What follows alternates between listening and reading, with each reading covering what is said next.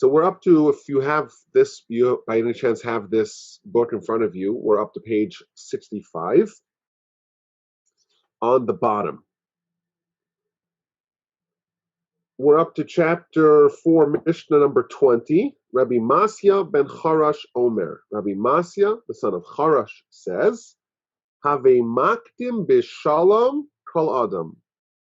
You should initiate shalom, which means peace or greeting, to every person. Ve'hevi zanav le'arayos, and you should be a tail to lions. Ve'al tehi rosh lishu'alim, and do not be a head of foxes. If you could be the tail of the lion or the head of the foxes, you choose to be subservient to the lion, to be the tail of the lion rather than being the head of the foxes. So who was this Rabbi Masya ben Charash? So he's a really interesting character in the Talmud, not because there's a lot of information about him, but because he has a very unusual career. Talmud tells us in the book of Sanhedrin, page 32b, that there's a principle that when you're in a particular town or locale, and that town has a rabbi, and you have a choice to follow the rulings of the local rabbi, or let's say the rabbi that you came from, your home base, the law is that you should follow the particular rabbi in whose town you're located. When in Rome, follow the Romans, so to speak. And that's going to be a little bit more literal with our author of our Mishnah. So it tells us that the great Rabbi Eliezer, he was the rabbi in the city of Lud, and therefore you follow his teachings when you happen to be in his locale. Even though maybe you come from a different place, doesn't matter. When you're there, you follow him. Rabbi Yochanan ben Zakkai was in Baruch Hayil, so there you follow him. It goes through all the rabbis. Rabbi Yeshua was in Pekin. Rabbi Gamliel was the head of the academy at Yavne, and therefore if you're in Yavne, you follow Rabbi Gamliel. Rabbi Akiva was the head of the town, rabbi of the town in Bnei Brak. And it goes on a list of rabbis and the various places where they officiated, and it tells us when you're in their town, you follow their rulings. And then it tells us when you're in Rome, you follow Rabbi Masya, the author of our Mishnah. This reveals to us that of all places in the world, Rabbi Masya found a career as the rabbi and the head of the academy in Rome, in the lion's den, surrounded by all the Romans, at a time that we know that it was very tenuous or very dangerous for Jews, and the center of the enmity towards the Jews and the oppression of the Jews was in Rome, and he's the rabbi of the city, and he is the head of the academy in Rome. In fact, it tells us there's very few stories, episodes, vignettes about him in the Talmud, but it does tell us that when the rabbis would come to visit Rome, as we mentioned in the past, Rabbi Shimon, for example, he headed a delegation to Rome to go lobby the authorities to rescind a decree against the Jewish people. When he's there, the Talmud happens to record a conversation that he had with the local rabbi, Rabbi Masya ben Charash. And I think the fact that he is the rabbi in Rome reveals a lot about who he was and why this particular teaching was associated with him. So we're told one very famous story about him in the literature. And it's such a wild story, it's really hard for us to really believe it, because it shows that he's living on a different level, different plane. So it tells us that he was once studying in the academy. He's the rabbi, of course, of the town. And he's studying Torah, surrounded, of course, in Rome by all the wickedness of Rome and all the sinfulness of Rome. And he's studying Torah, a little oasis in the middle of Rome. And his face was as radiant as the sun. And his visage was like that of an angel. And the reason for this, says the Talmud, is because he used to not gaze at women. His beauty emanated from his holiness, and his holiness was manifested by the fact that he never would look at women. You would imagine Rome is a place where there was a lot of licentiousness. And he was someone, even though he was in Rome, he wasn't just in this Jewish hamlet, a town full of rabbis, a town full of Jews. He was in Rome, but the Talmud testifies upon him that he had a certain radiance.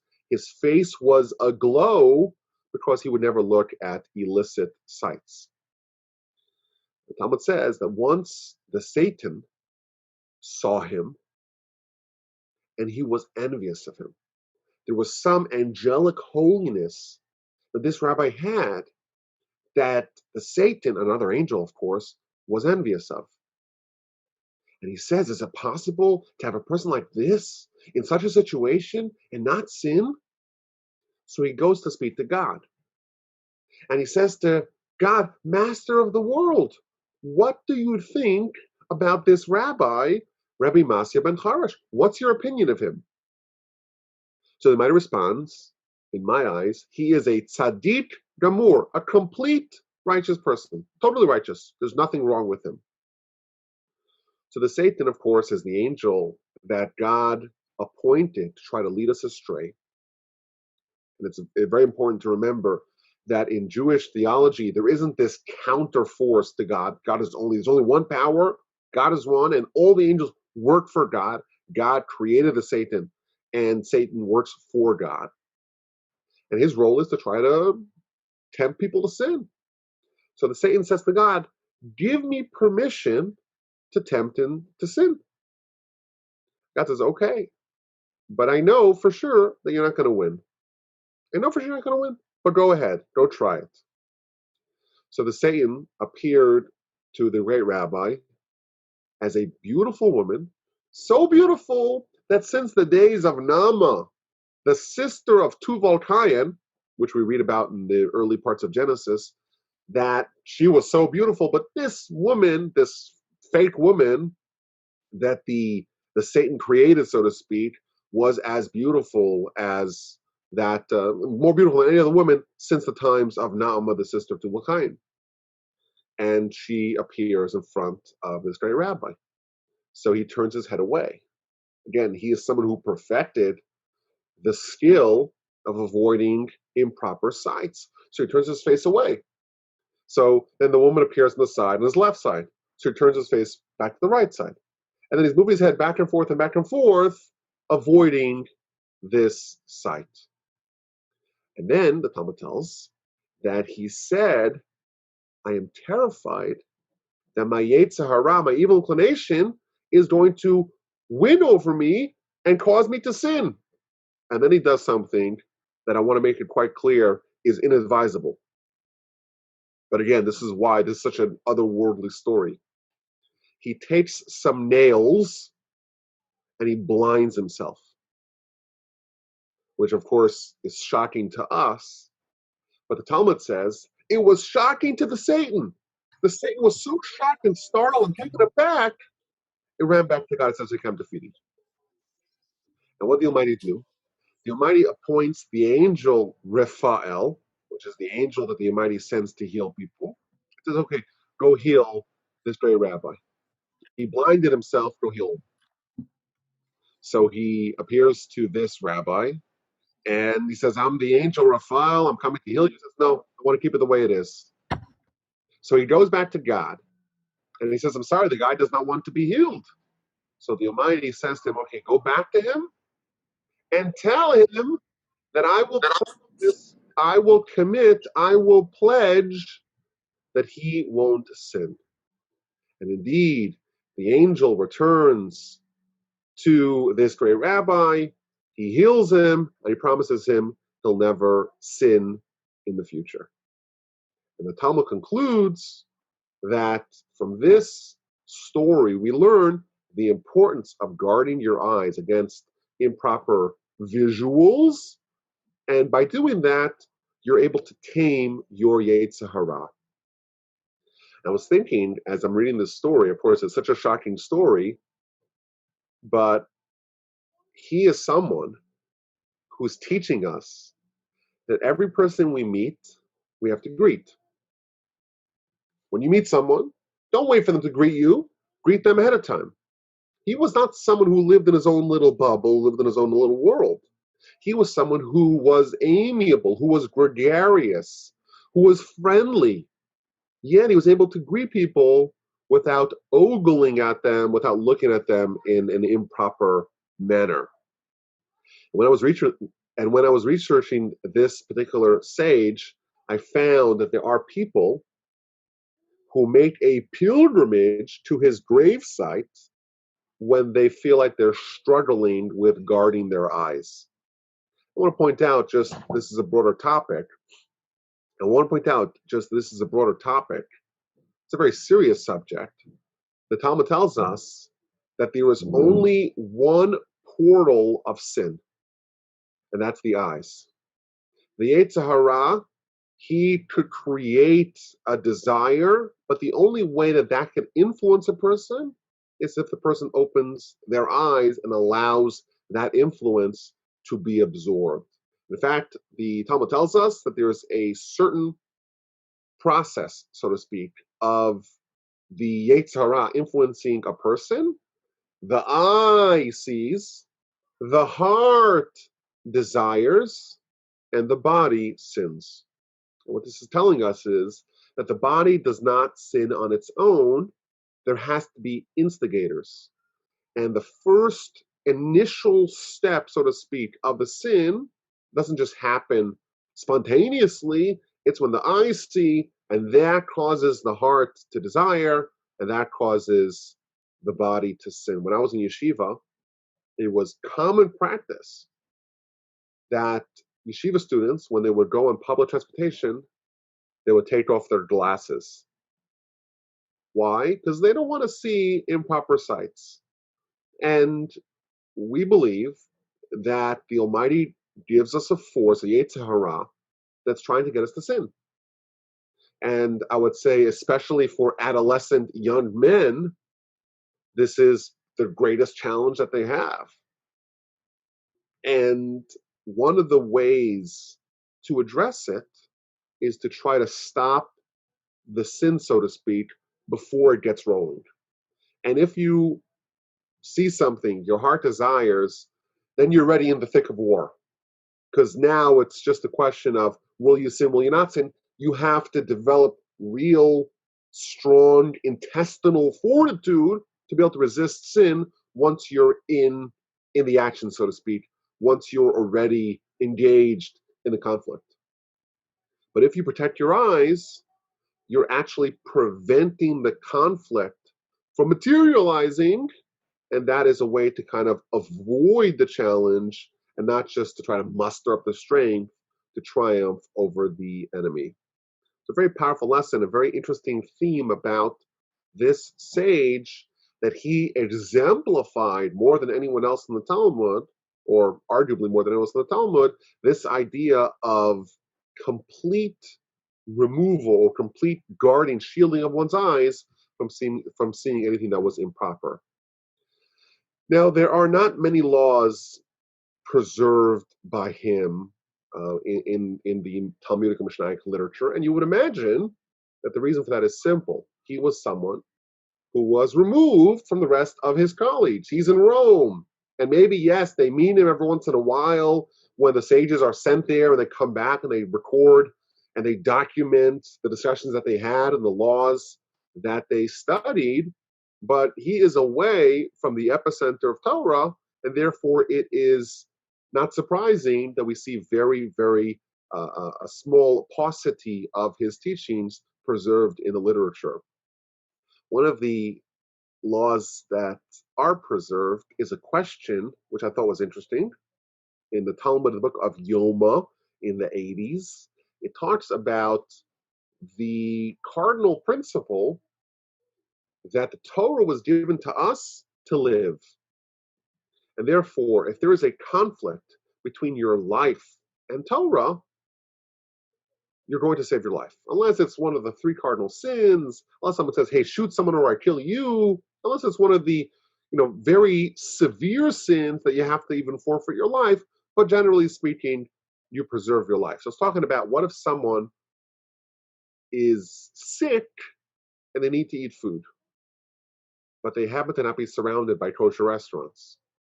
And they know if they don't have food right now, there's a potential they may just collapse and die, or they may have lasting effects that may lead to them, even fatal effects.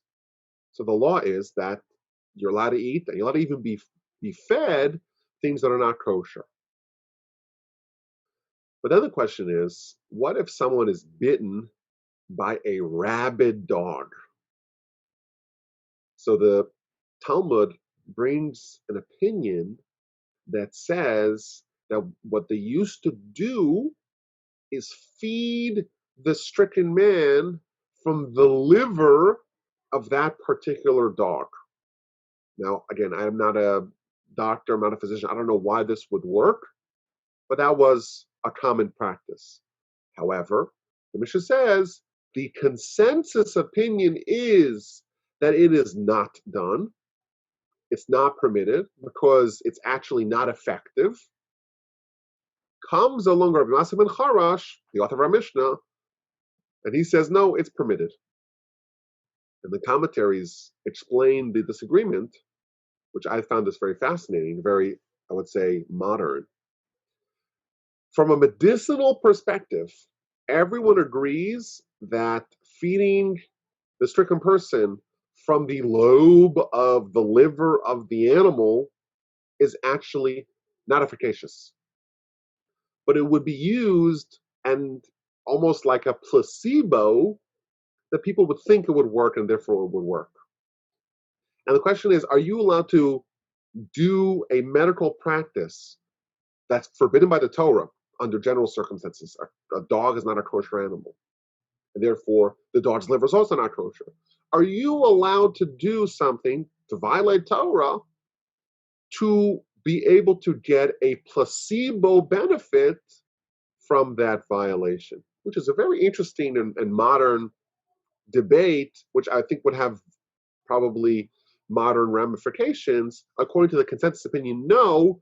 Comes along the author of our Mishnah, he says that it would be permitted, you would be allowed to feed this non-kosher liver of the animal that bit the person, to try to find a cure, even if it's a placebo.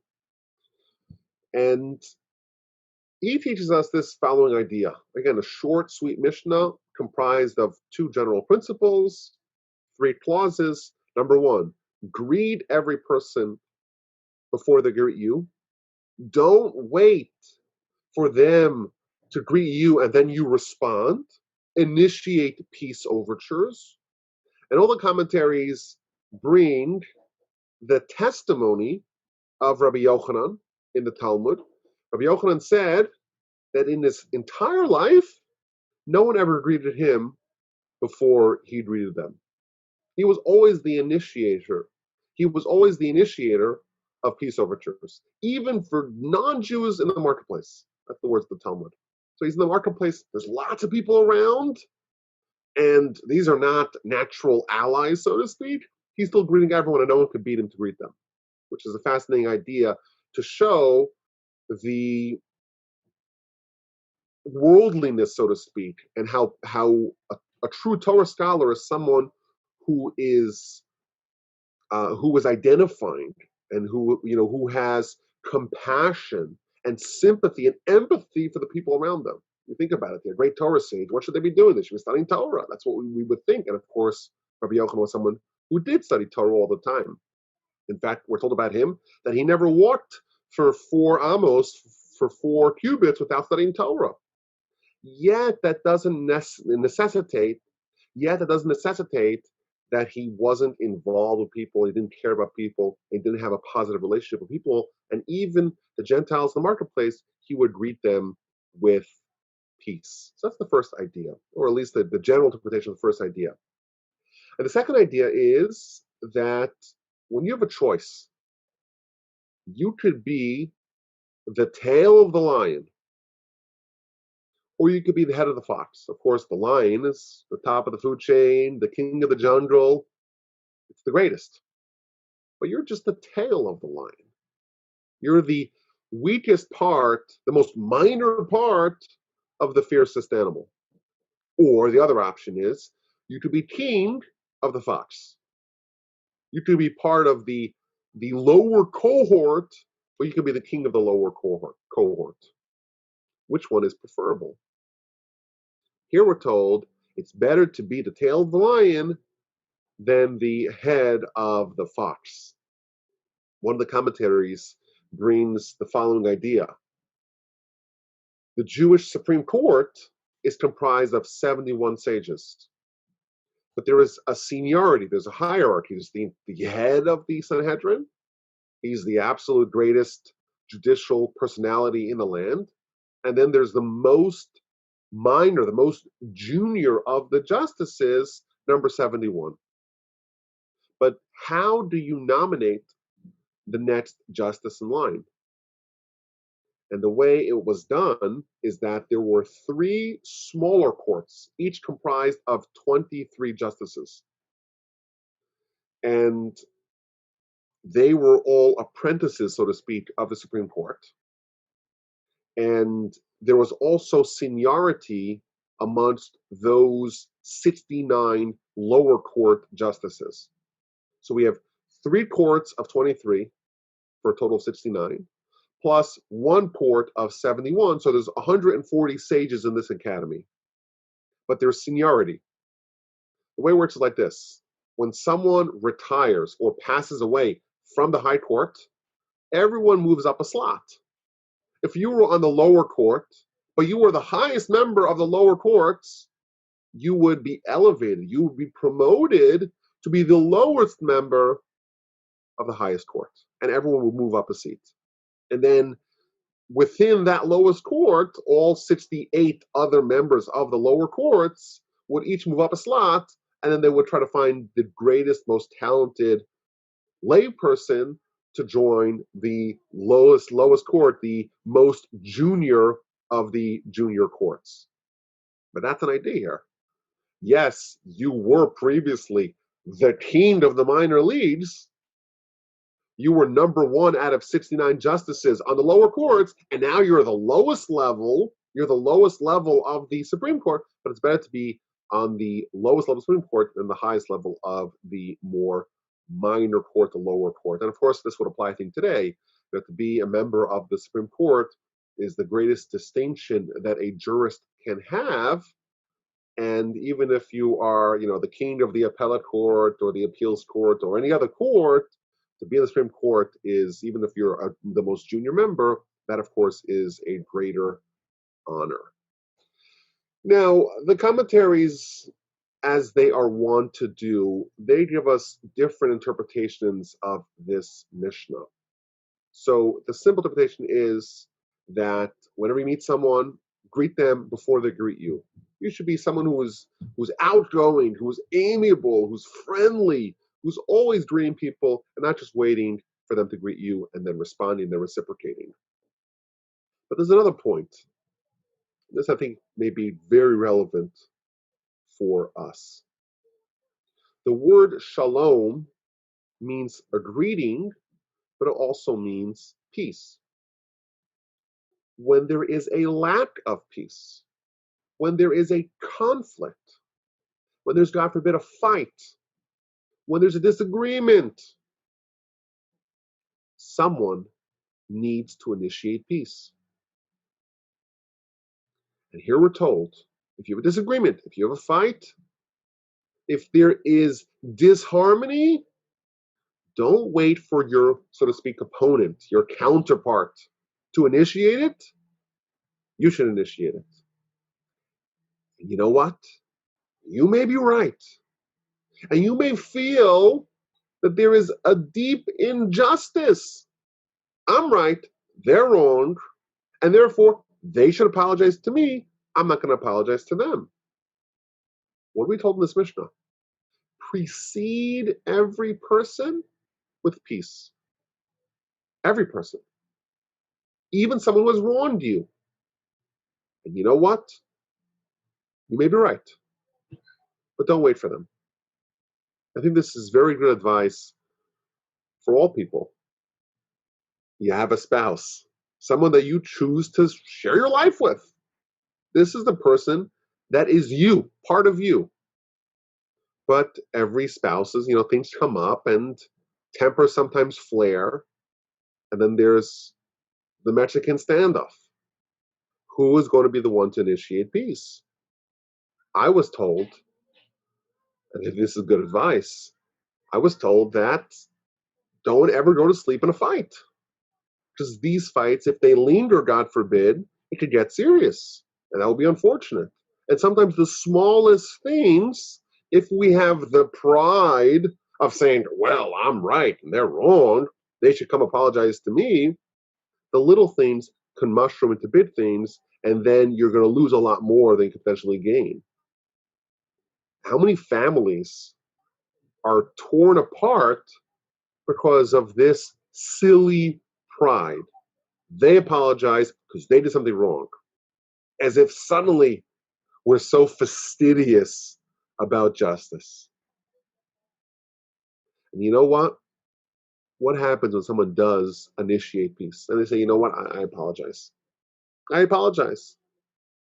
The other person may quite likely say, you know what? I wasn't exactly in the right here. And what do you have?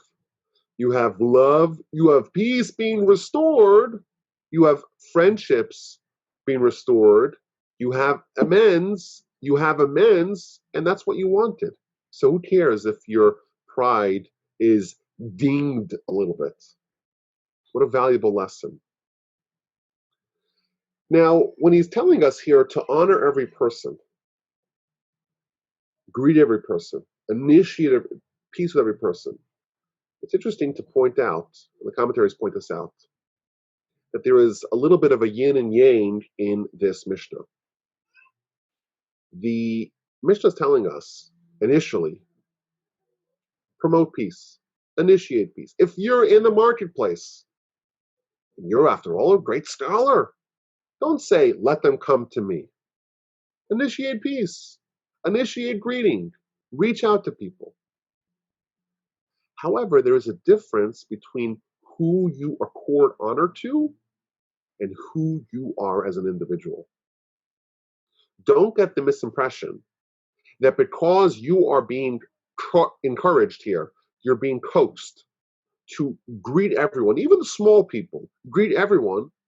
Don't think that they are your true colleagues.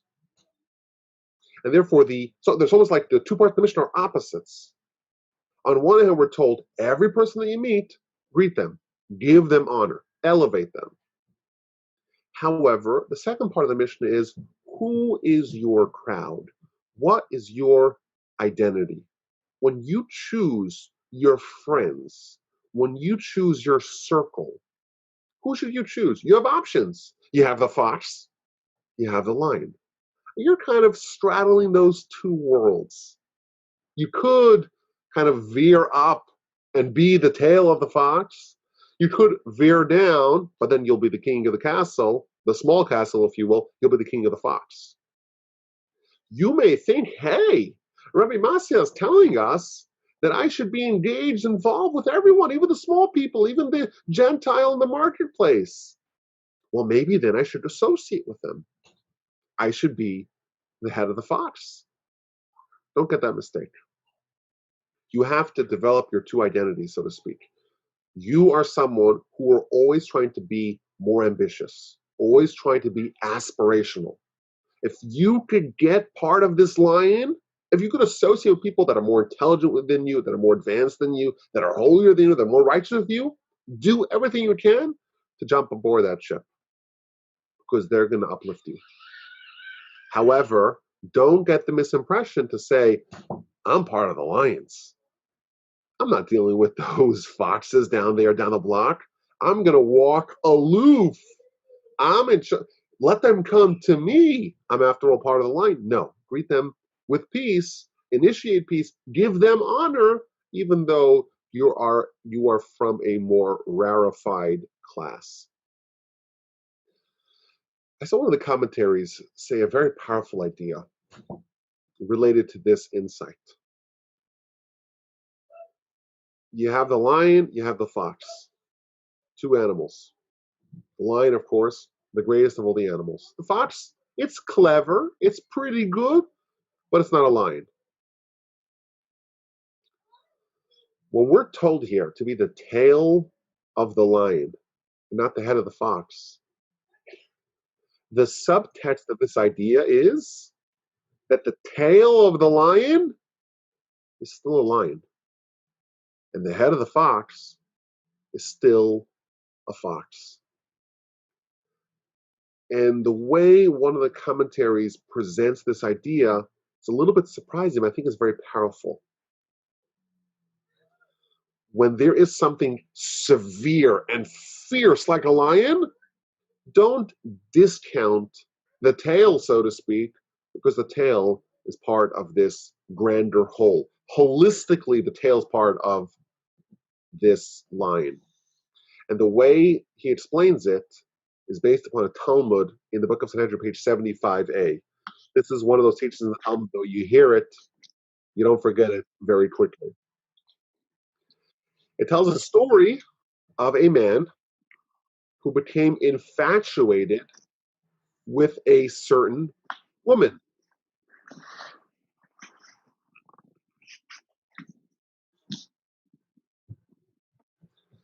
Excuse me.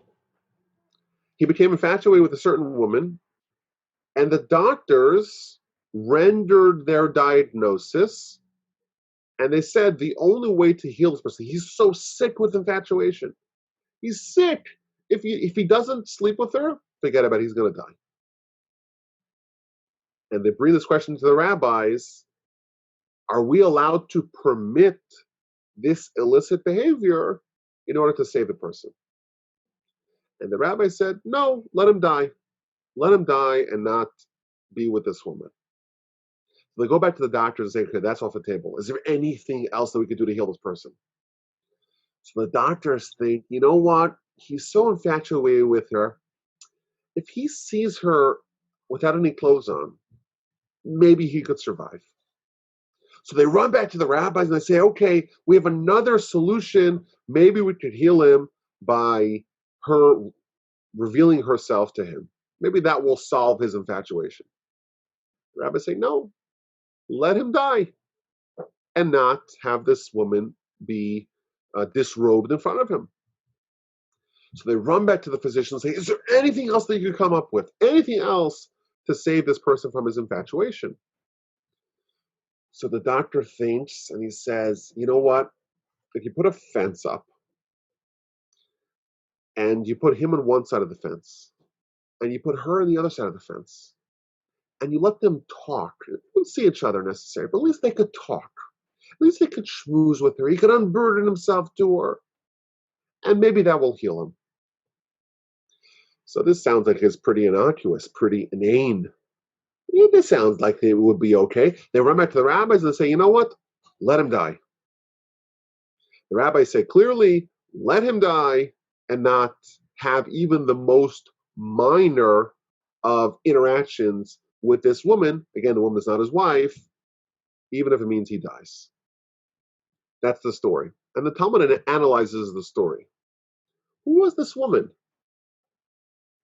We know the story. We know the story happened. But who was this woman? So one opinion is, well, she was a married woman. And she's married to someone else. And if she's married to someone else, she is not going to be used, so to speak, to heal some random person. That's the first opinion. The second opinion tells us that no, she was not married at all. She was, in fact, quite single. That's the second opinion. Talmud says, wait a minute. If she was married, it makes a lot of sense. She's a married woman after all. How could we take a married woman and she's designated for one man, not for the other man? That makes a lot of sense. But if she was single, why are we being so stringent? What's the big deal? Let her schmooze with him. Let them frolic a little bit together. We'll heal the guy. It's not the worst sin in the world. What's really wrong with it? We'll solve the problem. Why is it so bad? So Thomas trying to figure out, like, according to this opinion, we know the story's true, but we don't know exactly the details. But according to the opinion that says that she was single, what's so bad about it? So Thomas gives two answers. Answer number one is it doesn't look good for the family. For the family and the greater family of this person, that the daughter is being used by another man for his purposes, it doesn't look good, doesn't bode well for the family. First opinion. Second opinion is so that Jewish girls should not be used in a way that's not befitting, that's not becoming of princesses. Our family, our nation, we're a nation of kings, a nation of queens, a nation of princes, prince and princesses. And to take a princess and to use her in this way, it's unbefitting of a Jewish woman. That's the story. The Talmud analyzes the story and says, wait a minute. If she's single and this man is so obsessed with her to the degree that he's ill, I have a simple solution. Let them get married. And then when they're married, there's nothing sinful about it. In fact, it's a mitzvah for a husband and wife to be together, spend time together. Everything is permitted. Everything's in fact a mitzvah. So why don't we just solve the problem in the most natural way? He's in love with her. Let's see if they can get married, and maybe something good will emerge from this infatuation. The Talmud gives us a wonderful answer. It says that no, it wouldn't even help. Why? This man is infatuated with this woman. But stolen waters are sweet. It's the quote it brings, a verse in Proverbs. That, like we say today, forbidden fruit is sweeter. That's the idea. The only way to resolve, to mollify his desires, if it's done in some illicit way, if there's something sinful, so to speak, about it. But once it's married and it's kosher and she's permitted to you, then it's much less appealing, which is a very powerful idea. But let's just see how this connects before we analyze the story. This particular story sounds quite draconian. We have a man who's ill, and the doctors are pretty convinced that if we don't heal him, he's going to die. And what do we need to do to permit it? So we started off, well, maybe like they should sleep together. That sounds like it's too much. Okay. But let her be revealed in front of him to save a life? Isn't that worth it? To speak on either side of a fence? That seems so minor and so innocent. Why is there this draconian ruling? Let him die and not allow them to have this seemingly innocent conversation. So the commentary tells us, this Mishnah reveals to us the answer. The tail of the lion is also a lion. If we have a severe sin or a severe immorality, this man, he needs to take this woman for him, for his own purposes, for his own illicit purposes. The most severe manifestation of that, it makes sense to us. That let him die. That makes sense to us. But here we're told, regardless of the relative severity within a given sin, a lion is a lion is a lion.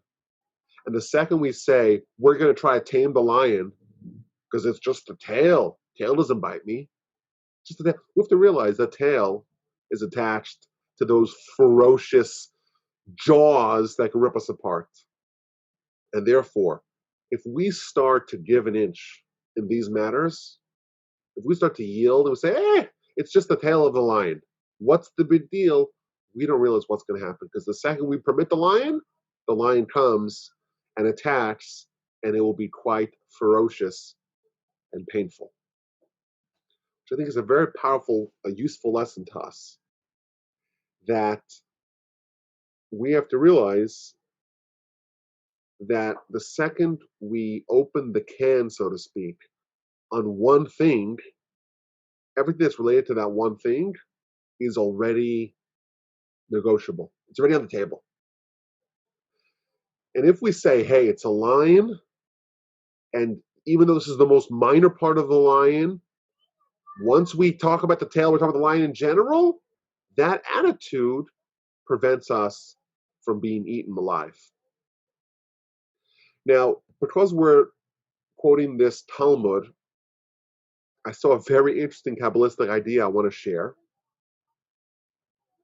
The Talmud says that forbidden fruits are sweeter. Why are forbidden fruits sweeter? So the way the Talmud frames it is that when the temple was extant, that wasn't true. But since the temple has been destroyed, forbidden fruits sweeter. Only sinners really have a good time. So I saw a very interesting Kabbalistic idea that there were parts of the process of the protocol in the temple that was there to elevate the sexual arena, so to speak. And the way it's described in the Kabbalistic sources is that the Yetzer Hara, so to speak, the drive for sexuality, it exists in a holy form and in an unholy form or a sinful form. And when the temple was extant, the work in the temple, particularly the work of the Torah, the incense, and the pants of the priests, that the power of those particular parts of the temple was that it elevated the holy part, so to speak, of sexuality. And once the temple is destroyed, that's gone, and therefore it's only the forbidden fruit that are elevated, and consequently we have this asymmetry where the sinners, so to speak, are having a better time, which is really interesting. And I think that does lead us to a very important question, and that is that if you read this Talmud, of course, we have the larger lesson of a lion is a lion is a lion, the tail of the lion, the ferocious fangs of the lion, that's all a lion. That's the lesson that we talked about. But we also address the following issue, or the following issue is raised. A man has a wife, and that hopefully is an enduring relationship. But we're told that there's something sweeter about the forbidden fruit. And therefore, a man's wife is permitted to him, but how do we mitigate the problem that once she's permitted, it's less sweet, and therefore, in effect, the neighbor's wife is always going to be more desirable because she's forbidden and your wife is permitted. I just want to, just because we mentioned this Talmud, I want to throw out an idea that the Talmud elsewhere says. The Talmud elsewhere addresses this question. The Talmud says that the reason why God made a mitzvah that teaches us or that instructs us that for various times in a monthly cycle, a man's wife is prohibited to him. The reason why we have that when a woman menstruates, she must separate from her husband. What's the reason? Why would God do that to us? The reason, says the Talmud, is because that creates forbiddenness. That creates that your wife is now forbidden fruit. She's off limits to you. So in effect, you are circumventing this problem that exists. A man's wife, before you were married, forbidden fruit, she was very desirable. You got married, she's permitted. Says the Talmud, again, it's a quote in scripture, she is now permitted and consequently less desirable. That seems to be counterproductive. What's the solution? The solution is that you're going to game the system, so to speak, and now make your wife forbidden to you for 2 weeks out of the month, let's say, and that is always going to be this refresher to keep things fresh and exciting throughout your marriage. And it's not going to be like what sadly happens to a lot of marriages, that it becomes the bedroom life, shall we say, has a precipitous decline after things are no longer new and exciting. So we have this amazing Mishnah. We're talking about a sage in Rome, of all places. Imagine what kind of job that is. You kind of wonder how he ended up there. What kind of scenes were present in his daily commute? He was someone who guarded his eyes. He was someone who is the exemplar of maintaining control over what he sees. Nevertheless, he is someone who greeted every person before they greeted them. And he also teaches us that to be the tail of the lion is preferable than to be the head of the fox. And like I said, there's a lot of different interpretations of what that means, but maybe we can speculate. This great rabbi, you don't imagine he was born in Rome. Maybe he was, I don't know. I don't think the Talmud addresses his backstory to that degree. But he was someone who was familiar with the great sages in Israel. And he was almost like on his own in a little island in Rome. And you would imagine he was the greatest Torah scholar on the continent. That's what you would imagine. He's one of the sages. He's quoted in the Mishnah. A great sage in Rome. He is the greatest head of foxes there ever was. And he perhaps is lamenting his career choices. Perhaps he's saying, you know what? If I was in Israel, I would be the greatest sage in the land. Maybe I couldn't hold a candle to Rabbi Meir, to Rabbi Akiva, to Rabbi Shimon. Maybe not. But ultimately, holistically, I would have been better off to be surrounded by the scholars and the sages of the land in Israel, even if I wasn't the king, the greatest rabbi. But maybe that is the inference, kind of his personal story and his enduring lesson to us are connected. That because he left the sages and went from, he became the head of the foxes, but maybe he's advising us to make a different choice and to choose to be the tail of the lions. Who knows? But that's the idea of this Mishnah. Very powerful Mishnah with lots of different ideas. My email address is always, as you know, rabbiwolbe@gmail.com. You can always email me with any questions, with any comments, with any feedback. I do respond to every email that I have gotten henceforth or hitherto. So I'll try to respond to every email. There is, of course, someone on the chat here that wrote an email to me, and I only responded like 3 weeks later because it went to spam, and he knows what I'm talking about. But I will respond to whatever emails I get. But I'm also happy to open the floor because I would imagine this particular Mishnah may raise some questions. Okay, I saw there were some questions in the chat. The fox. Common. Okay, so someone is asking here to me privately.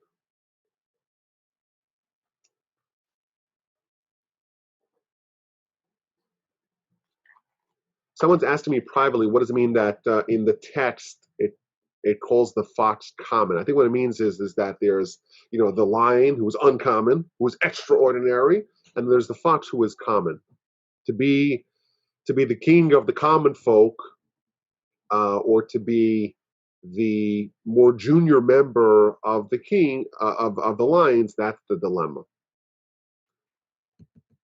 Okay, the Talmud somewhere says, this is a question that was addressed to me privately. The Talmud somewhere says sometimes a female soul may be born in a male body. Boy, the kind of questions that we have to address here.